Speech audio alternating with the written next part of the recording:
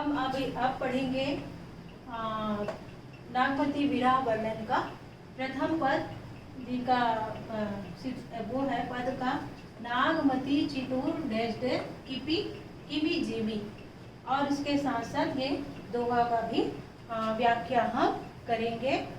तो अपने पाठ्य पुस्तक से इन पद को आपको देखना है। नागमती चितउर पथ हेरा, राजा रत्नसेन के चले जाने के पश्चात पद्मावती को प्राप्त करने के लिए राजा रत्नसेन निकल जाते हैं। उसके पश्चात उसकी पत्नी उनकी रानी नागमती चितउर पथ हेरा, नागमती चितउर अर्थात चित्तौड़ का पथ अर्थात रास्ते को हेरा मने देख रही है। राजा रत्नसेन के चले जाने के पश्चात रानी नागमती चित्तौड़ के रास्तों को देख रही है। पी जो गए उन्हें किन्ह न फेरा, पीयू अर्थात प्रीतम, प्रीतम जो गए हैं उन्हें किन्ह न फेरा, फिर वो वापस नहीं आए हैं। इसीलिए नागमती बार बार चित्तौड़ के पद को देख रही है।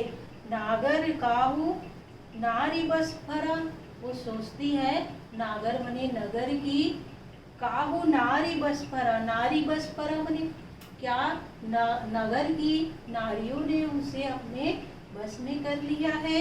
तेई मोर पियू मोसो हरा, तेई मोर पियू जिसके कारण मेरे पियू अर्थात मेरे प्रीतम, मोसो अर्थात मुझसे, हरा अर्थात मुझसे इस तरह मुझसे इस तरह विमुख होके चले गए हैं। सुआ काल होई लेवगा पियू, सुआ अर्थात तोता, तोता काल बनके होई लेवगा पियू, सुआ यहाँ पे काल बन के आया था जो मुझसे मेरे प्रीतम को छीन के ले गया।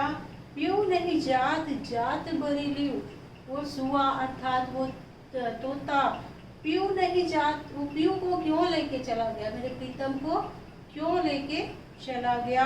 जात बरु जीव, बल्कि उसके बदले वो मेरे जीव अर्थात मेरे जीवन को ही समाप्त करके चले जाता। भयउ नारायण बावन करा, वो तोता ऐसे आया मानो भयउ नारायण, नारायण अर्थात विष्णु जी, बावन करा जिस तरह विष्णु जी 52 अवतार लेकर आए थे।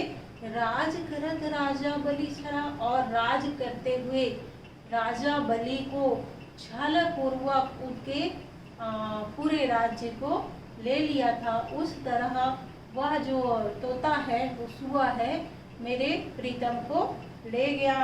करण पास लीन नहीं कोई छंदू, और वो तोता ऐसे मेरे प्रीतम को ले गया जैसे करण अर्थात कर्ण के पास लिन्हौ के छंदू, कर्ण के पास जो कवच और कुंडल था उसको छंदू अर्थात छल से विप्र रूप धरे झिलमिल इंदु, विप्र अर्थात ब्राह्मण का रूप धर के झिलमिल इंदु, इंदु अर्थात इंद्र, जिस कर्ण के पास जो कवच और कुंडल था जिसको छल करके इंद्र ले ब्राह्मण का रूप धर के आए और उस कवच और कुंडल को मांग के ले गए। मानत भोग गोपीचंद भोगी, वो सुबह ऐसे आया मानो मानत भोग गोपीचंद भोगी, गोपीचंद एक राजा थे, गोपीचंद भोग कर रहे थे अपने राज्य में, भोग कर रहे थे। उस भोग करते हुए राजा को ले अपस्वा जलंधर जोगी, जो जलंधर योगी था, जलंधर मुनि थे, वो आए और उस राजा गोपीचंद को जो भोग कर रहे थे उसको योगी बना के अपने साथ ले गए।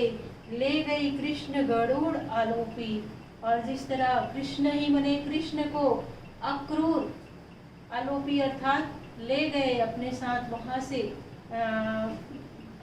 गायब कर दिए, ले गए। कठिन विशोज यही किमी गोपी, और कृष्ण के चले जाने के बाद कठिन विछोह, जिस तरह बहुत विछोह वियोग में जिये किमी गोपी, जिस तरह गोपियां कृष्ण के वियोग में जी रही थी, वैसे ही ये सुआ आया और भगवान विष्णु जिस तरह 52 अवतार बन के आए थे, और जिस तरह इंद्र कर्ण से छल करके उनके कवच और कुंडल मांग के ले गए, और राजा गोपी चंद को जालंधर मुनि योगी बना के ले गए, और कृष्ण को जिस तरह अक्रूर जी अपने साथ मथुरा ले गए, और उसके पश्चात गोपियाँ उसके वियोग में जिंदा रही, उसके वियोग में तड़पती रही, उसी तरह ये जो सुआ है वो भी मुझसे मेरे प्रीतम को छल पूर्वक ले गए, और मैं उस गोपी की तरह मैं भी तड़प रही हूँ। इसके पश्चात इन पद के नीचे दोहा है, सारस जोरी कौन हरी मारी बिया था लीन, झुरी झुरी पिंजर हो गई वीरा काल मोहि दीन। वो सुआ को संबोधित करते हुए नागमती कह रही है कि मैं और मेरे प्रीतम अर्थात रत्नसेन और नागमती, हम दोनों सारस की जोड़ी की तरह थे। मारी भी आधा लीन, और कौन हरी, सारस की जोड़ी की तरह हम लोग थे, उसको कौन हर के ले गया, राजा रत्नसेन को कौन हर के ले गया। मारी विदा धालीन, उसके बदले तो मुझ पक्षिणी को ही मार के ले जाते। झुरी झुरी पिंजर हो गरी, झुरी झुरी पिंजर हो गई। मैं राजा रत्नसेन के जाने के पश्चात, अपने प्रीतम के जाने के पश्चात जल जल के, झुरी झुरी मैंने जल जल के, पिंजर अर्थात मेरे शरीर में मांस ही नहीं रह गया है, हड्डी का ढांचा बन गया है, तो इस तरह जल जल के मैं पिंजर हो गई हूँ। विरह काल मोहि दीन, इस तरह वो तोता मेरे प्रीतम को लेके चला गया और मुझे विरह रूपी काल को देके चला गया। दूसरा पद है, पी वियोग अस बाउर जीव। रानी नागमती, दूसरे पद रानी नागमती कह रही है कि पीव वियोग अस बाउर जीव। पीव वियोग मने प्रीतम के वियोग में मेरा अस बाउर, बाउर मने बौला गया है, पगला गया। जीव मने जीव, मेरा प्रीतम के वियोग में मेरा जो जीव है वो मैं जो है वो बाउल हो गई, बौला गई हूँ। पपीहा नित्य बोले प्यू प्यू, जिस तरह पपीहा पक्षी नित्य प्यू प्यू की रट लगाए रहता है, उसी तरह मेरा जीव भी बौला गया है और नित्य प्यू प्यू की रट लगाए रहता है। अधिक काम दाधेसो रामा, नागमती कह रही है कि मुझे अधिक काम दग्ध कर रहा है। हरि ले सुआ गयो पी नामा, वो हरि ले मतलब हर के ले गया है। कौन? सुआ।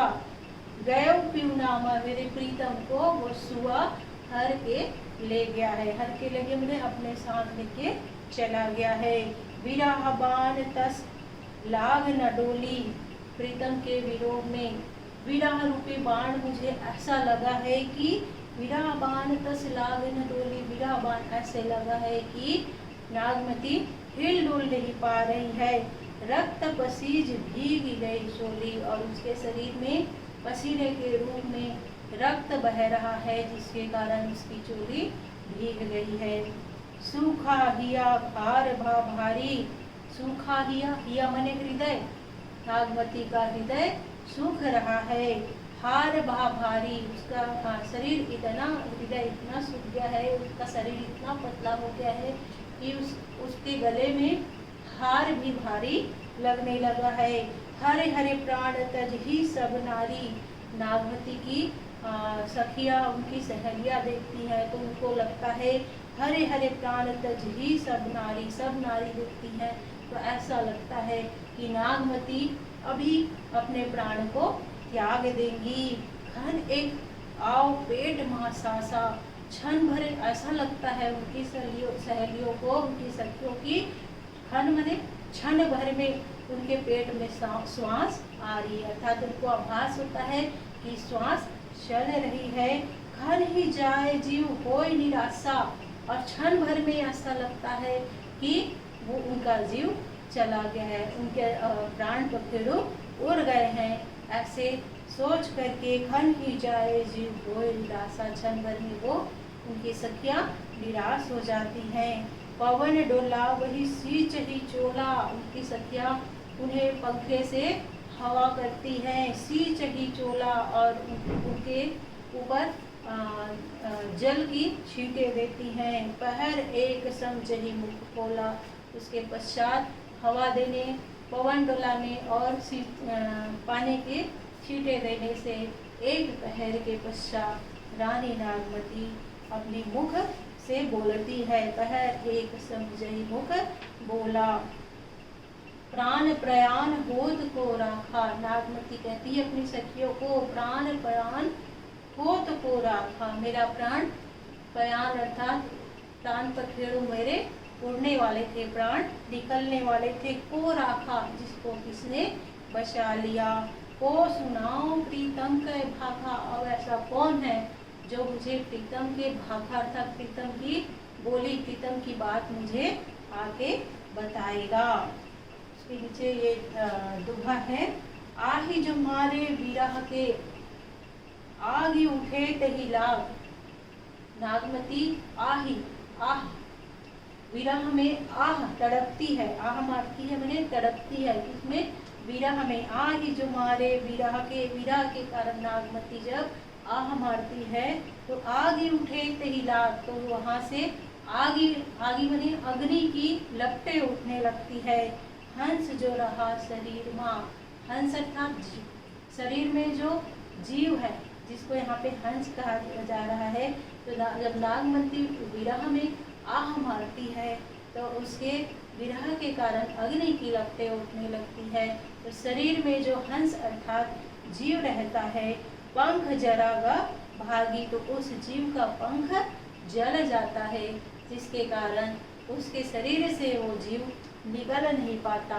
इस तरह पक्षी का पंख जल जाने के बाद वो उड़ नहीं पाता है, उसी तरह विरह में विरह रूपी अग्नि के पड़ने से जीव रूपी पक्षी का पंख जल गया है और वो जीव उस शरीर से निकल नहीं पाता है। ये रहा दूसरा पद।